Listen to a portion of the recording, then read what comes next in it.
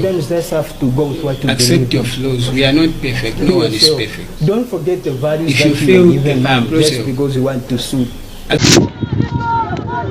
Hello, welcome to today's episode of the Growth Diary, and Merry Christmas to you as we celebrate and remember our Lord Jesus Christ. I want to wish you a Merry Christmas and a prosperous New Year, and just wish you good time with you and your family. And speaking of family, and growing up, I'm so excited today that on today's episode of the Growth Diary, I feature my one and only elder brother, the first man of the family, the driver of us. So, as you know, we are a family of six. No, you're seven. You're seven now. Yeah, sorry. We have a baby sis now. It's a family of six brothers and one beautiful sister. And so let me allow him to greet you and introduce himself. Welcome, bro. Hello, welcome, bro. How are you? I'm very fine. I'm excited to do this episode with being around someone who's seen me grown, and today I'm just going to open up as we open up how it was growing up, where we are, and just family and all those. Well, I think this will be a very best interview conversation that we're going to have, because talking of brotherhood, the term that we used to grow when we were so young, and by then we are just the seven of us, but as of now, we've got our little princess, our little sister, whom we are proud of right now, and it's something that we are going to treasure and cherish for the rest of our lives. And now it's a wonderful thing that I have this opportunity of me having a conversation with my younger brother, whom I used to be my baby brother. Yeah, it's wonderful. I know I'm not only a baby, I've grown. No, you are a baby to me. You're still going to be a baby brother. I know, but at least just for today, I'm a grown man. For today, just for today. For the sake of our viewers, you are the big man, but you are my baby brother. I think also Merry Christmas to you. Merry Christmas to you as well. Yeah, I really know. I didn't want to share, but how I was just inspired to become a Christian. Seeing you people when I was still at Sunday school, the works we were doing at church. You were the youth. You people were still young when you joined the youth. I think you are the people who forced me to also stop Sunday school. Because when I saw you people in church, doing the acting, the dramas, going for conferences, I was like, I can do it. It was always eating me up. Wow, it was quite an experience. By then I could remember the time that I joined youth. I was so young. The fact that most of the people that I found there were so older. Some were married, some were not married, but they were in a relationship, and they could not allow me then, because you could see even my stature. I'm older, but my body still looks very very small. That's why even a lot of people, I think, like when I'm with you and Emmanuel, they could say, nah, you are the younger brother of these guys, but I know that I am the big brain. You guys, you are my... Yeah, I think that's just in the family, The last episode, I was one of the comrades when I visited Andola. I was just sharing with him how I went for a certain job interview and they couldn't interview me because I looked very young. So I'm telling him, I think this is just in our family. We are just blessed with, looking young. We just have baby faces, I guess. At least, maybe because for me, really, you look with the baby face. They said I'm very young. I think I'm the only one. To the fact that some of the people they could even say, because I think most of the features that I have, you could see some people they could say I've got a very small voice. That one also contribute to people telling me to say I'm young. In as much as we are in an environment where you work, you could find that the people that I work with, they are so big in their stature, but body-wise they are young. Okay, when it comes to years, they are younger than me. So most of them they consider me to be young, but the fact that I'm older than them. But I always accept that, because but when you accept something, that's when you be always happy. As much people can tell you that you are young, and they laugh at you with something. Because I met a certain man who told me, to say, you know what, when someone say you've got a very big head and you acknowledge it, definitely you won't be feeling pain when someone calls you out. But if you don't accept, you will have that, or it will be pain when people laugh at you. I think you are right. Acceptance is the key, because I remember my years in college. I think I've not shared this with you people, but my friends and class people were always laughing at me that I look like an emoji, because have no facial hair, so that's the name. I was called an emoji in class. By all my friends will call, even when I come, like ka emoji Kaisa. I think you look like an emoji, definitely. Yeah. You should add some. You should go. I think you should go for the prostate surgery. I think that's what I suggest to do. Yeah, one has even solved me up emoji. It's funny, but yeah, like you said, sometimes you just have to accept. Acceptance is the key. Because if I didn't accept, if you don't accept, when people cause you this and that, it always keeps you eating when you acknowledge to say, okay, this is me, and you always look down on yourself. But if you accept that, okay, this is how the Lord has made me, and you agree. For me personally, I don't even take it personal. I'm so grateful.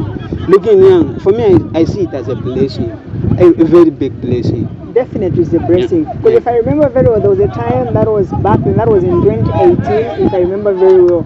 I was working at a certain industry in a company.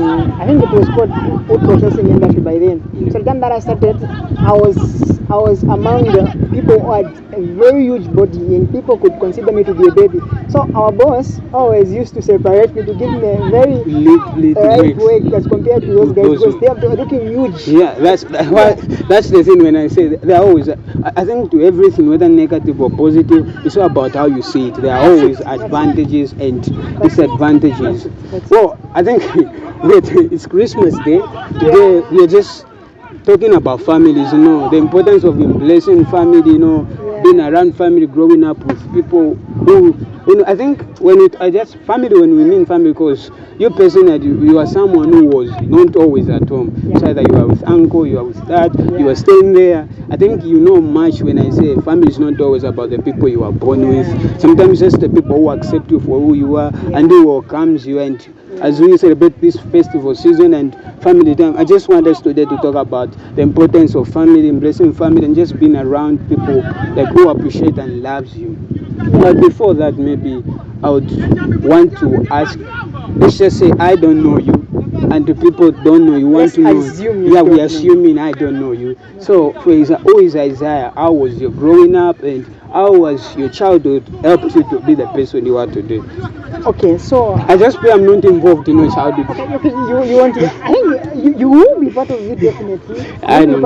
As the news maker. Okay, you'll be part of them. Okay, growing up and being the firstborn, I can say somehow it can be so challenging, but at some point again, it's like a blessing. In that most of the time you find that when the parents are making decisions, you be considered to be one of the person. As I'm being called now, you could see if mom most of the time when she calls me now, she could call me family pillar, and that one is also a blessing. But Isaiah, I'm just a simple guy, definitely a simple guy who's grown without. Okay, let me say I grew most of the time. I've grown a person who doesn't have much friends. If I have friends, maybe I could just say I won't have one or two. Because right now, even my college friends that I was with, I don't remember if I have any now that I communicate with most of the time. I feel somehow, I don't know if I can put it to be an introvert, or maybe I'm not just welcoming with friends. You're not even good, it's the fact. You are the introvert of the family. I don't know. Maybe. Because even when I'm home, you find that every time, if I'm home in Dola, mostly you find me in bed with my phone just. That's the only thing that I have. Yeah, but during my time that I was young, I grew to be a person who is so emotional. I'm so emotional. Even now, when there's something that is happening home, you find that mom could not tell me first. They could say, no, this one now is so they could share something to someone else, because I'm so emotional. I always think of everyone first. I think of everyone because I always want everyone in my lineage to be somewhere, to have something that we could point out to say, okay, this is a thing. Because my family is not a family whereby we've come from a rich background, everything is from the scratch. And they really appreciate my family because they have been with us and they have never failed us. So me being Isaiah, what can I put? I think I'm just somebody who is a very young person who is always alone. So I don't have much that I can say that I could share, maybe because I'm an introvert. I get that. Well, my guy, I think this one, let me just ask, So growing up, is there a moment when you was a child which you say, I think I missed that most, I would want to experience it again? Is there a moment where you feel, no, that one, I wouldn't want anyone else to go through what I went through, just even a one-day experience? Okay, so the moment that I wouldn't want someone to go through. Okay, I remember a time when I was, I think, let me say, in grade 9. So grade 9, during my intake, that was the time when, I don't know, the government of, I don't know which regime was that. That's when it was introduced to be like, when you write your exams, right? Yeah. You'll be transformed from one school and go to the secondary school. Yeah. But those ones who want to reach that cut-off point will remain at the very school. Yeah. So I happened to be like all of my friends that I was with, they had to get the results that was required to go to the better schools, to another schools. And me, I was the only one who remained. And I happened to be that I would be in an APU class. I don't know by then, but I that was solar. But we'll be going in the afternoon. But I don't know what happened because I just had a chance whereby I started going in the morning at the very school where I wrote my grade 7. But again, it wasn't a good moment, being that most of my friends that I was with, which I grew with, they went to the secondary school and they remained there. I think that one was a sad moment that I wouldn't want someone to go through because it was so empty. Yeah, no, I remember, I think then I was in grade 5. I remember telling mom to say, hey, now I will be studying hard. So, you know me, studying, I always have an issue studying. It's the only thing that, I don't know, I'm very serious with everything except school. I don't know what's about me and school. But I told mom to say that I'm going to study so that I don't go through. I think that's the advantage of seeing someone going before you, because you see their mistake and you always go. Do you know what? Something that always surprises me was that, in as much as you were not studying, right? As we used to study very much, like we put all the time in terms of studying, you study and study and study. But at the end of it, when the exams comes, you repeat the course. I'll fail. But as for you, even if you haven't studied, you pass. Definitely have a very good. You don't know connection. They've been doing secondary school. I make connection na secondary ngira mu examination nda go wara ikara kwa nalishaka ronga ni math kuchibwa kuikara nangu na ni SDS kuchibwa ever na kudida mo kivini. Anyway, and a moment you'd want you treasure most one etamvwa vino kura baba kamba hopefully na ni nsangwe mo few. The moment, because I've got a lot of moments. Which one that I would say it was so wonderful because I've got a lot. No, I think just one. Hopefully it's not one which I will report later. Which one would I get? Which one would I get? Got a lot. Which beautiful moment? I think while you talk, I think for me personally, I can't lie to you. If there is something I hate when I remember about my childhood, it's the fact that you people always closed me indoors. I always complain. Everything I did, what I eat was monitored. Where I go, I was monitored. Who is my friend? I wasn't even allowed to go for holidays. You know that's the only reason I don't even like just being at home like that. Now I feel like I'm still experiencing my childhood. It is painful when I think about that. You people, all of you would go and I'll still remain, because I understand growing up I had some issues with my health, but at least it should have allowed me even for once to experience that. When I think about it, sometimes I feel like crying when I just remember all those moments when you people, all of you would go and I would remain alone at home. I think that's it's not that we really wanted to do that, but most of the time, even right now, it's not that because we are staying on a separate places. Me being the first born, I always feel entitled of all of you. I always think for you. So regarding your health, I could always monitor, seeing that is this thing that you are eating, are they not going to precipitate you having the same condition that you have? That's why even in the beginning of this one, you could remember in the preamble, I said, you are my baby brother, so I always look up to you in everything that you are going to do. I always want to watch it over. Yeah, no, I appreciate the care, but sometimes we talk about even friends. Let me not go there. Yeah, maybe next time when I find when I'm also interviewed here, you're thinking of a moment. Yeah, I think let me just say I won't think of a moment where I wouldn't want I want that I experienced much, that I had so much fun. Let me just talk of a moment. I'll just talk of the moment that I wouldn't want someone to experience again. Let me just talk the two of you. Yeah. That one maybe some other time I could share. But this one was a moment where, because growing my childhood, when I was growing up, I always wanted to be a journalist. Yeah. I wanted to study media. But a moment which happened was, that's why sometimes I feel like I blame mom and dad and the uncle I went. I feel like I blame them because they made me go through something that I never wanted to do. Yeah. I never wanted to do. I could compare that with you because I remember that telling me to say, "Fifi nephew, why you don't even want to go to school? For send a very book. I know. Yeah. No, I was keeping quiet about that, but before I really had to fight a lot with my parents for them to allow me to just to be a writer, to be writing, because at some point I said I don't want to be going to school. I just wanted to focus on writing and studying. Yeah. So I like it that you've remembered. I've always kept it because So what happened was there was a time I think I went for holiday. By then I used to come much of the time during the festival season like this one. I could come to Lusaka to my uncle. By then we were so close with my uncle. Like I could consider them they are my parents because they kept me by then. Yeah. Even now I always appreciate them. Yeah. Appreciate them. If uncle you're watching, I respect you. You're my uncle. You did go and my aunt as well. So now the time that I went to visit, then I think by then I had completed my grade 12 exam. Yeah. Right? So now I was sharing my vision with my aunt. Aunt supported me to say, no, you make a good journalist. Yeah. But again, when I went back home, there were some issues where man said, no, you can't manage to be a journalist in that. There's no employment. Yeah. And this notion where people ask to say, no, journalism is so risky. I think you die. So that one was so painful. Even right now, I feel like I live with regret because I really wanted to do it. It's something that I'm passionate about, but I ended up diverging doing something that I do now. Of course, I can't say it's bad. It's okay. It's okay. Though your heart is not full into it. The heart is not full into it. But I guess it's just a matter of just knowing what you want to do and finding a way of doing it. Because the situation is the same. There's no difference.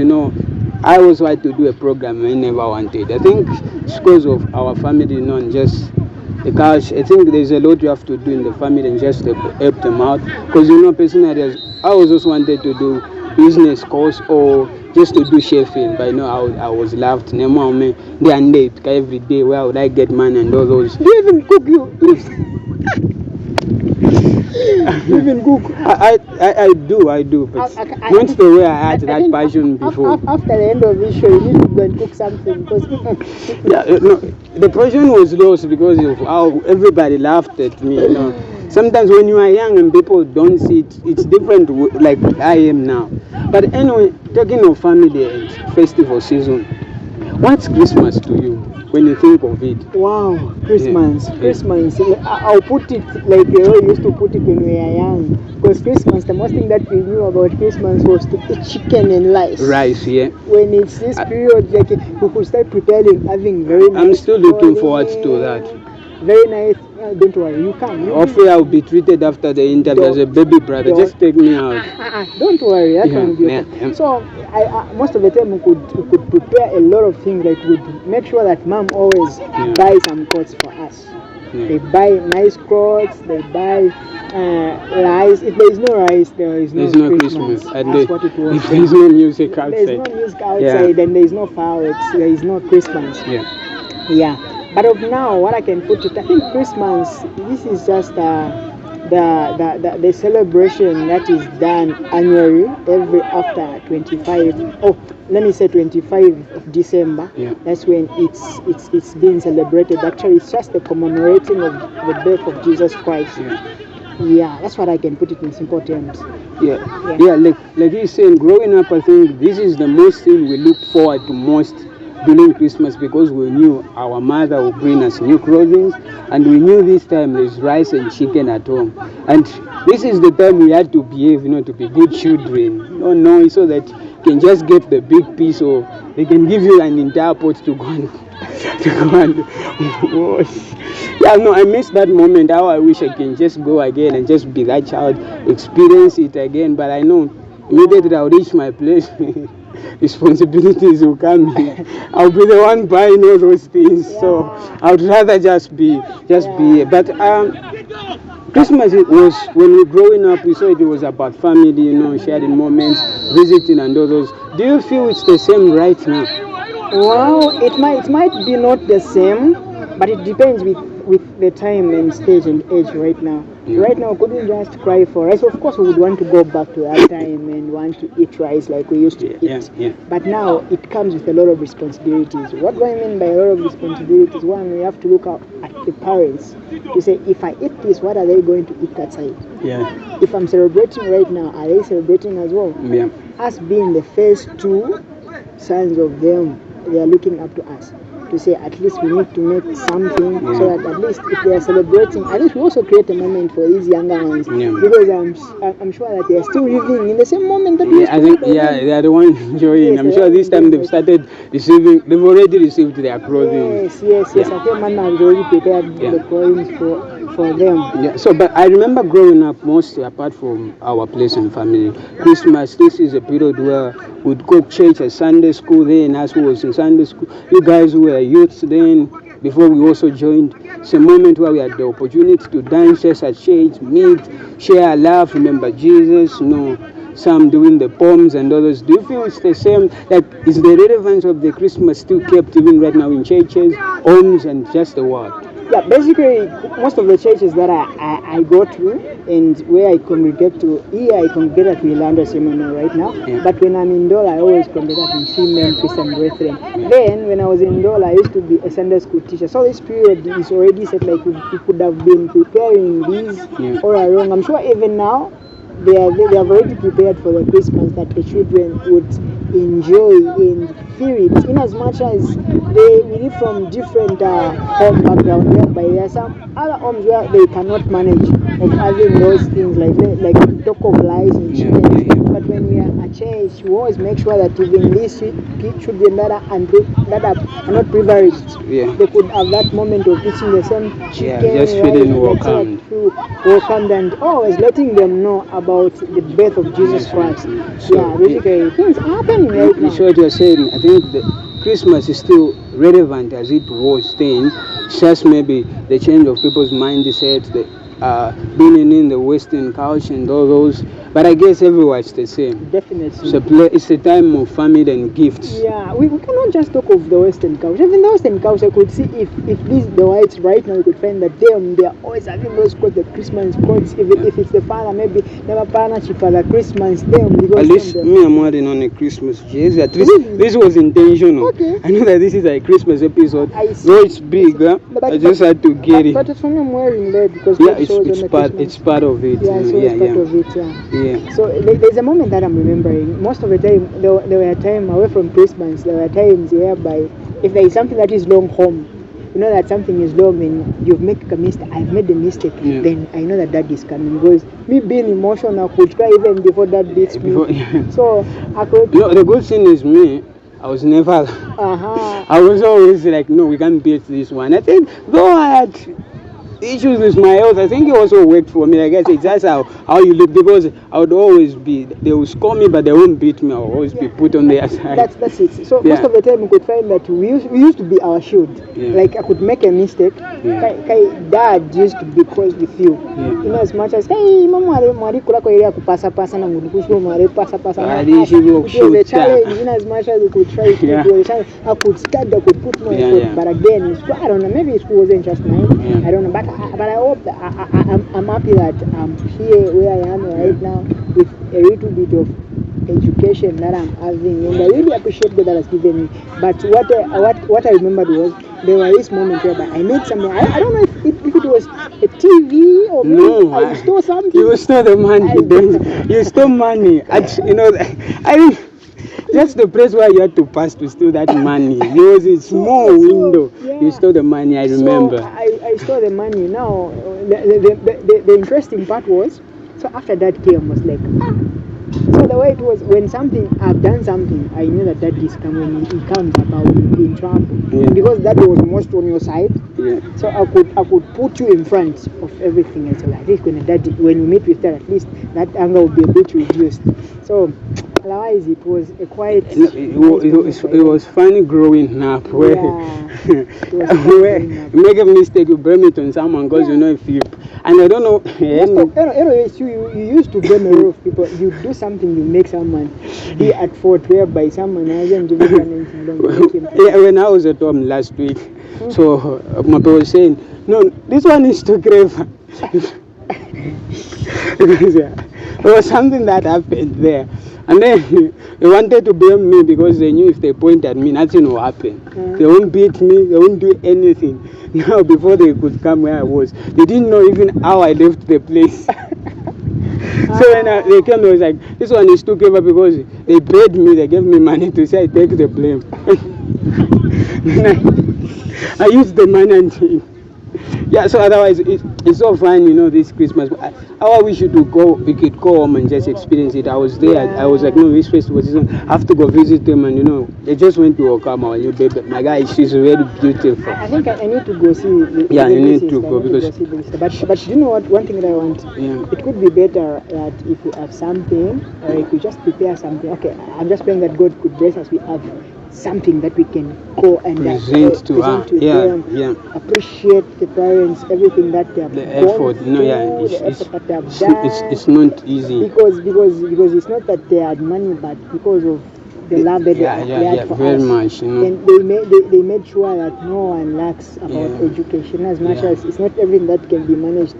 But at least they try their level best. Not up until now we have Shamunda, of course, we are independent, though we are not quite independent for at least.